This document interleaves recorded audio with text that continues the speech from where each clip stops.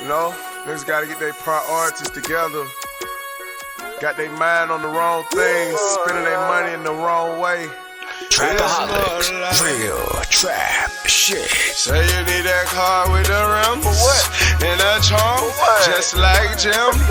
It's more to life. Yeah. Talk to him.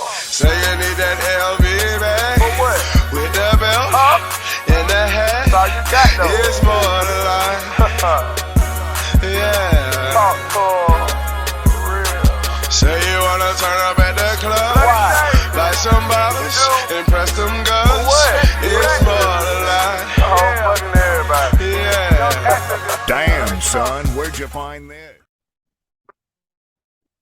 Good evening, everyone, and welcome to Saints and Appetizers podcast.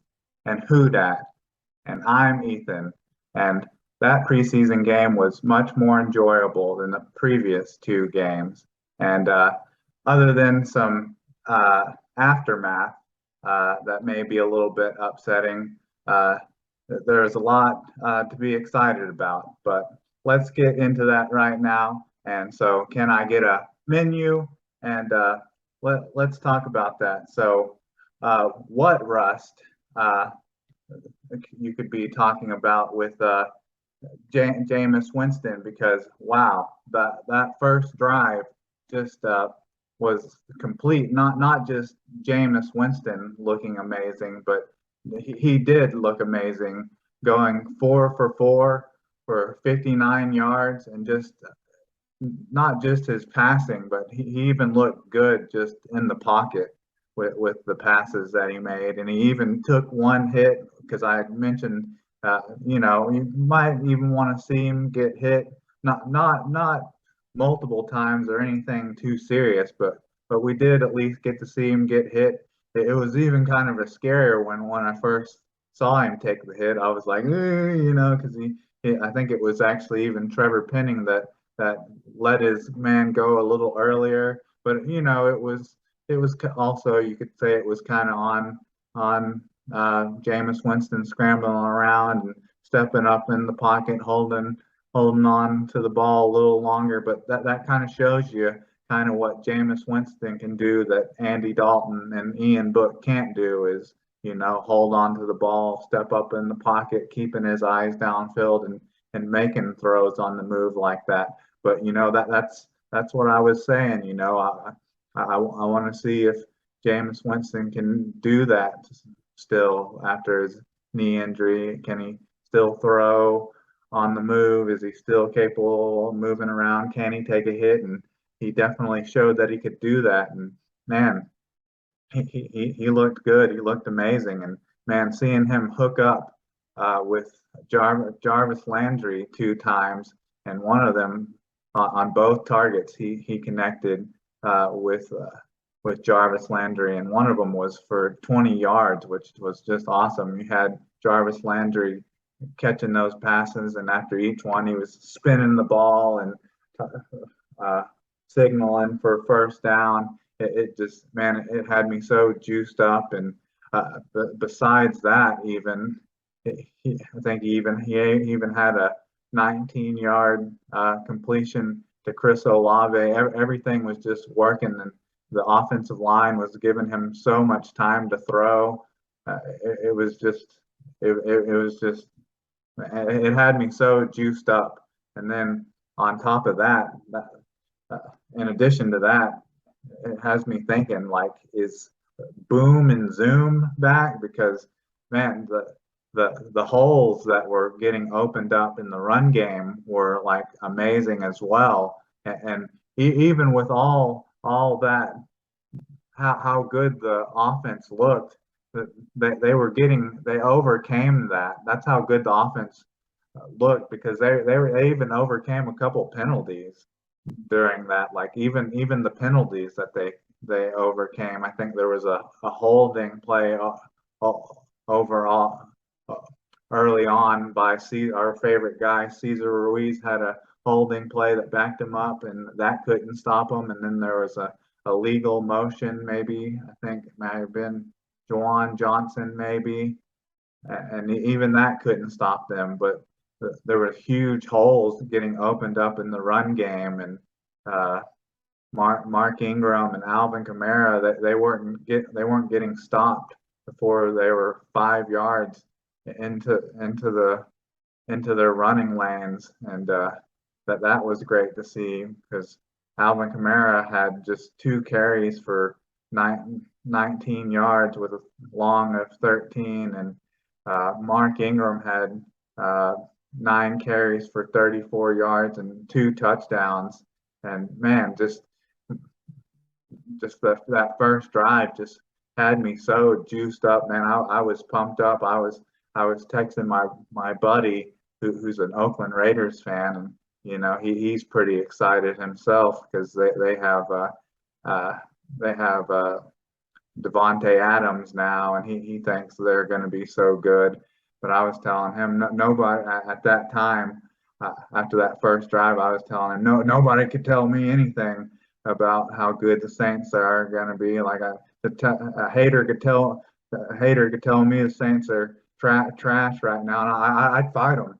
That's how juiced up I was at that moment. And then, of course, so and like I said, the running game looks like the 2017 running game with boom and zoom. Mark Ingram, he looked good as ever.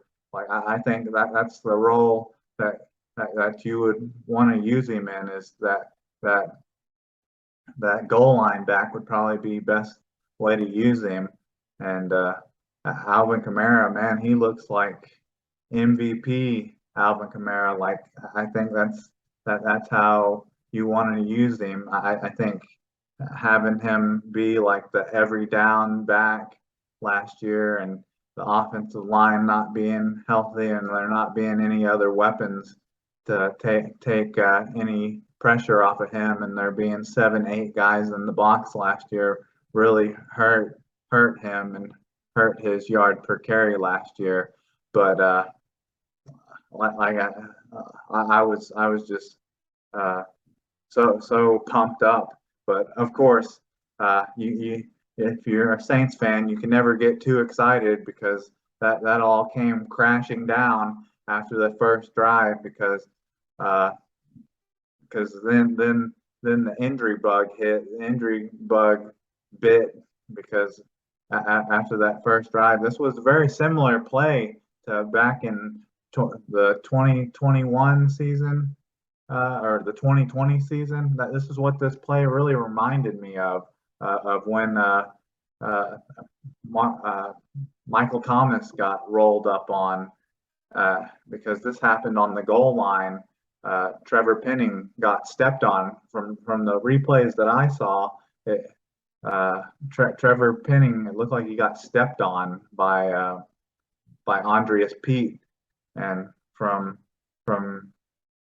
early indications, it looks like, from what I've read now coming out this morning on Saturday, it says that coming from Tom Pelissero, it's saying that New Orleans Saints first round offensive tackle Trevor Penning has suffered what is believed to be a bad case of turf toe in the preseason finale on Friday against the Los Angeles Chargers, according to sources, and could miss a significant amount of time, or extended amount of time. And when I hear something like that, I think so. There's 2 weeks before the first game, and then you think of like two months with something like turf toe. So there's the 2 weeks, and then you add like maybe like another like what, like 4 games, or another 6 games. So that's like a month, I guess. So that's like 2 months then, I guess, is what that would be, because that would be like 8 weeks then. So that's the 2 weeks, and then the 6 games, that's 8 weeks. That's almost 2 months. That's kind of what that's just like my just early indication, like my guess. I'm no doctor, but that's kind of what I would pin it as, depending. That's just like an early indication, my guess. They haven't done like any like real like delving into like how serious it is, or if there's like serious like ligament damage, or if it's going to need surgery.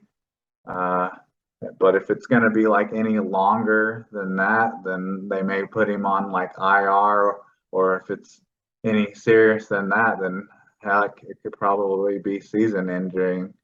And the the thing that drives me crazy about when an injury like this happens to like a rookie or something, or a developmental player, is when people say like, "Oh, well, it's a good thing.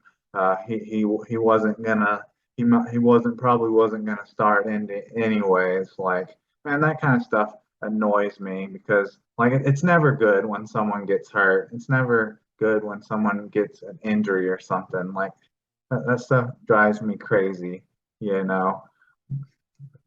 So, and heck, from what I was seeing out of him, he looked great on that first drive too. He just looked like, regardless of if he was going to be a starter or not, heck, you could use it. You could have used him as a swing tackle, a six offensive lineman.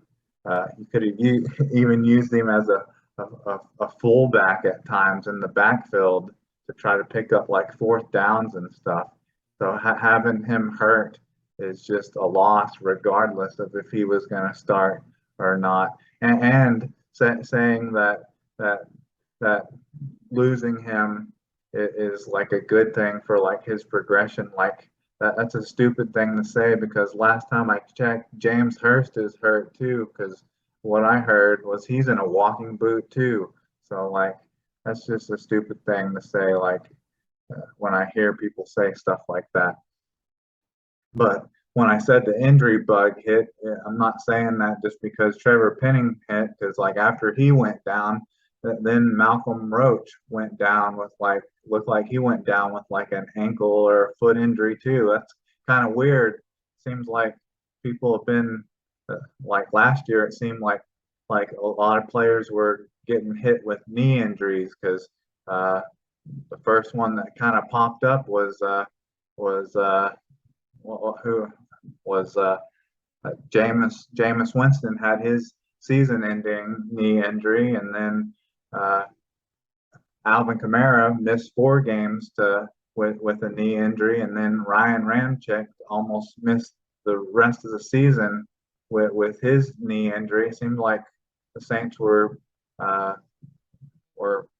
snake bit with knee injuries last year, and now it seems like they're kind of snake bit with foot injuries, toe injuries this year, because uh, Jameis Winston just got over his little setback with a foot injury, and then James Hurst is in a walking boot with a foot or ankle injury or something right now, and now James Hurst has a toe injury. So that's kind of interesting how that all circulates with everyone having a similar injury. So that's kind of interesting.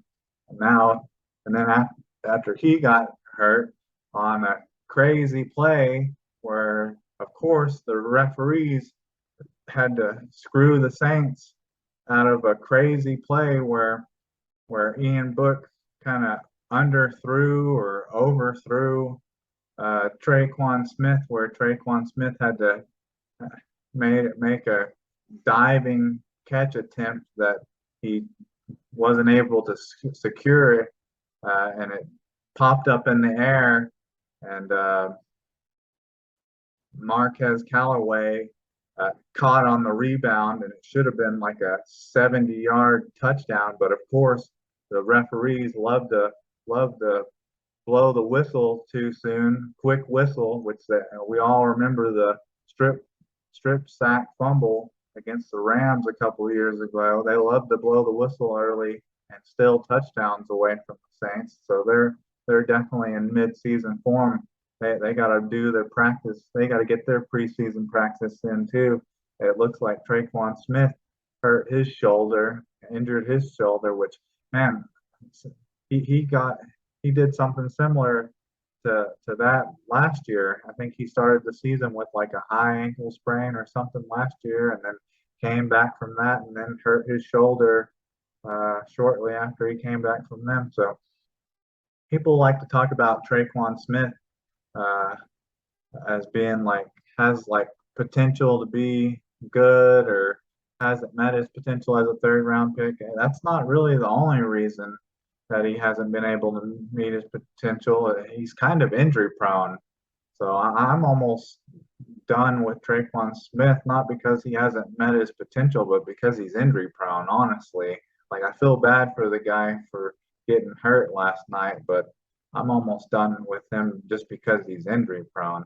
And then the one that looked the worst was late in the game. I think it was towards the end of the third quarter. It looked like Albert Huggins, and this goes back to another defensive tackle, which Malcolm Roach. It looked like Malcolm Roach came back later in the game. Looked like he ended up being okay, thankfully, because he's actually looked pretty good, and he's probably in the starting rotation, but can't lose any defensive tackle depth. Looked like he actually may have blew his knee out.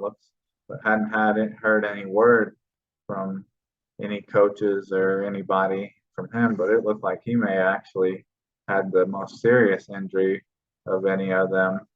But he's pretty far down on the depth chart out of all of these players, but still nothing to not that it shouldn't concern anyone. Still terrible that any player gets hurt, but he's looked the worst of them all. Looked like it was probably an ACL or something. But yeah, geez, out of course the preseason finale, you want to get out of there clean, and then you have the most injuries of any of the game. I don't think really the two previous games no one really got hurt, and then of course the final game, four guys go down. So man, the Saints couldn't catch a break, but all they did were catch breaks.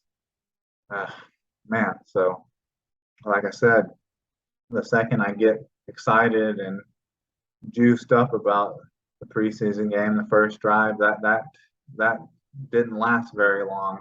After the first touchdown, looked like Andres Pete stepped on Trevor's Penning's foot, and it just all went pretty much down from there. I had a hard time enjoying the game after that. But after that, I kind of just wanted to watch guys that were kind of on the bubble to make the team. And one of the guys that really made a not nice play there was let's see,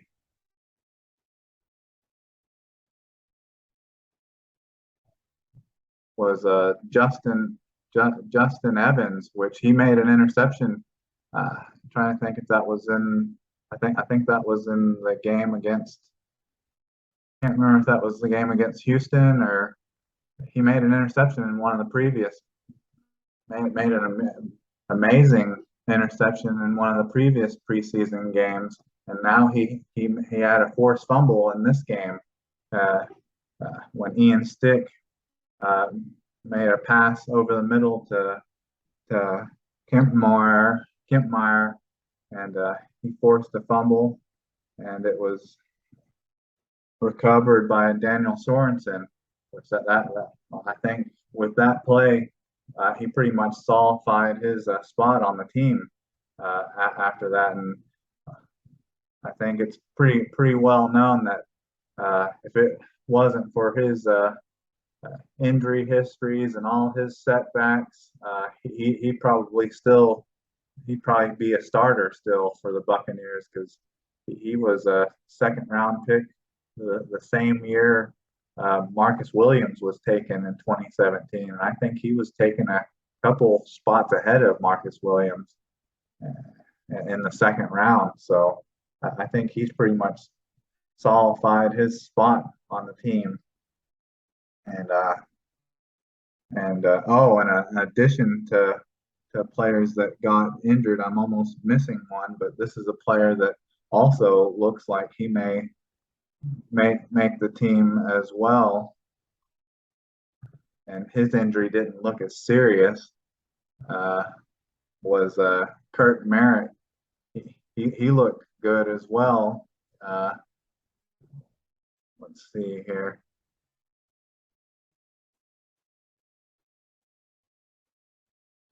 He had 4 catches for 32 yards and a touchdown. And even though they said that they were trying him out at running back during the last week of training camp, you didn't see him take any snaps at running back. So I was kind of hoping to see what he looked like at running back there, but you didn't get to see any of that, and you didn't see him have any more kick returns or return any punts or anything like that. But he ended up looking good at wide receiver. He had 4 targets and caught all 4 of them for 32 yards and looked really good. But then, of course, just like I was saying with the injury bugs, he ended up getting bit too. It looked like his injury didn't looked the least serious of all of them, but it looked like his was like a leg injury of some sort. It looked like it was maybe like a knee or thigh contusion. Hard to say. I don't want to speculate on that, but it was odd because he kind of just went to the sideline, and even looked like at one point Jameis Winston came over and talked to him. But I would assume that he makes the team. And if he doesn't make the team, this injury probably bodes well. This little injury here probably bodes well for the Saints because it opens up the window for them to just put him on season ending IR and for them to be able to stash him and say that, oh, well, he's got a leg injury. So that probably either way, he's going to be a Saint one way or another because there's no way I can see them waiving him and him clearing waivers and them making him clearing waivers and them being able to get them on their practice squad because some other team, after seeing him have that 59-yard kickoff return and then having these 4 catches and a touchdown in this game against the Chargers, there's no way some other team wouldn't sign him. So those are two players, Justin Evans and Kurt Merritt, that'll definitely be Saints one way or another. And then I don't think so. Book showing an improvement. I didn't say I didn't throw the book at him. I didn't close the book. I don't think I was as harsh on Ian Book as a lot of other people had been in the previous 2 preseason games and the Miami Dolphin game. The worst thing I said about him was that I didn't think that he would ever be like a starter in this league. And I said that the best thing he would possibly be would be like a backup. And, but there was a lot of people out there after his last 2 preseason games just saying he's a bum, he's trash, he's never going to be anything. The Saints just need to cut him, like he's just garbage. But, I'm glad I didn't say that about him because in my opinion, I think he showed a lot of improvement. I mean, you got to admit he didn't come in until after Andy Dalton came in, and once again, Andy Dalton went 5 for 5 again after, just like in the game against the Texans, he went 5 for 5 for 73 yards, and then in this game, Ian Book was 11 for 15 for 81 yards and a touchdown, which is clearly his best game of his career. and he also had 7 carries for 50 yards. But clearly this was clearly this was Ian Book's best game. And the thing that really shows that he showed improvement was his ability to convert some third downs, and he did that on his touchdown drive. The touchdown drive in the was in the third quarter, I think. I think it was in the third quarter or in the second quarter. Let's see here. I think it was in the second quarter.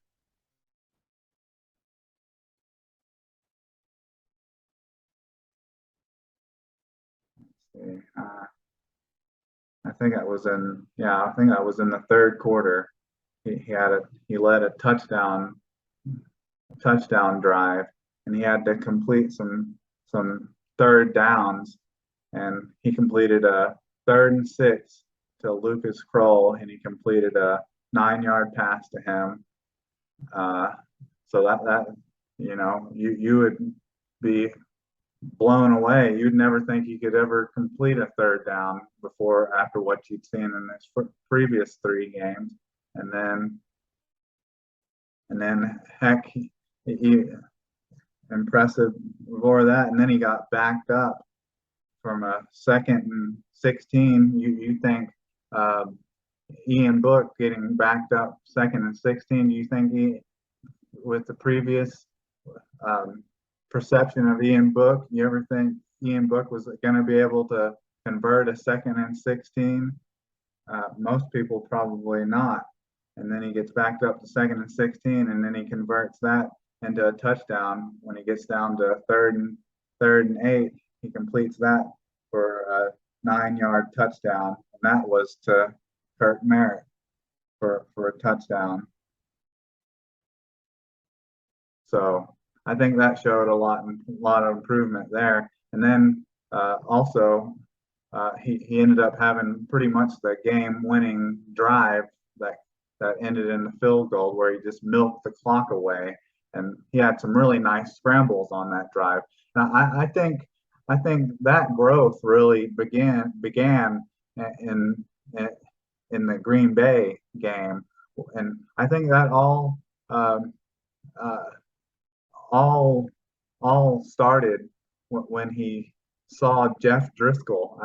I mentioned that in the post game Green Bay podcast when he seen Jeff Driscoll have that 50-yard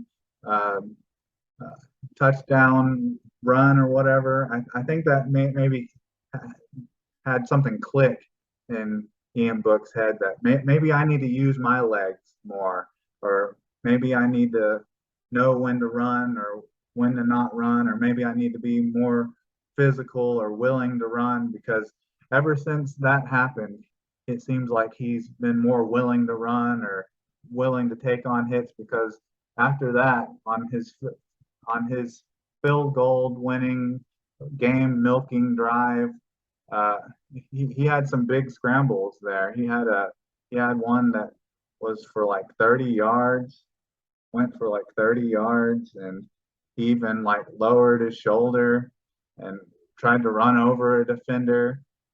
And he should and to me, he's looked different ever since that Jeff Driscoll run.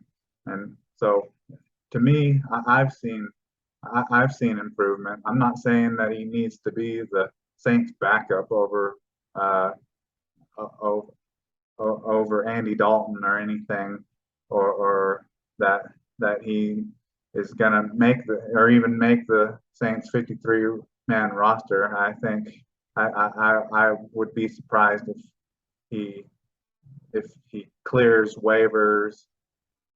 If he doesn't clear waivers and some other team picks him up, I would say he probably does clear waivers and he makes the Saints practice squad. That's probably where he goes. It would be my guess. I would be surprised if some team signs him to their actual roster as like their main backup or something. But to say that he's just trash, to continue to call him trash, I think would be a little bit different. But to say that after watching that you didn't see like any improvement at all would be ridiculous. So uh, I, I, I can confidently say, definitely after watching that was improvement from Ian Book. And sometimes with any player, you just got to give them time, because when you're a higher round draft pick, like a first or second round pick, they always say got to give them at least 2 or 3 years, or usually it's 3 years before you can judge what kind of player they are. And I mean, Ian Book, he's just in his second year, and people are already wanting to trash him out. And he was a Ian Book. He was he was a third round pick, wasn't he? Let's see.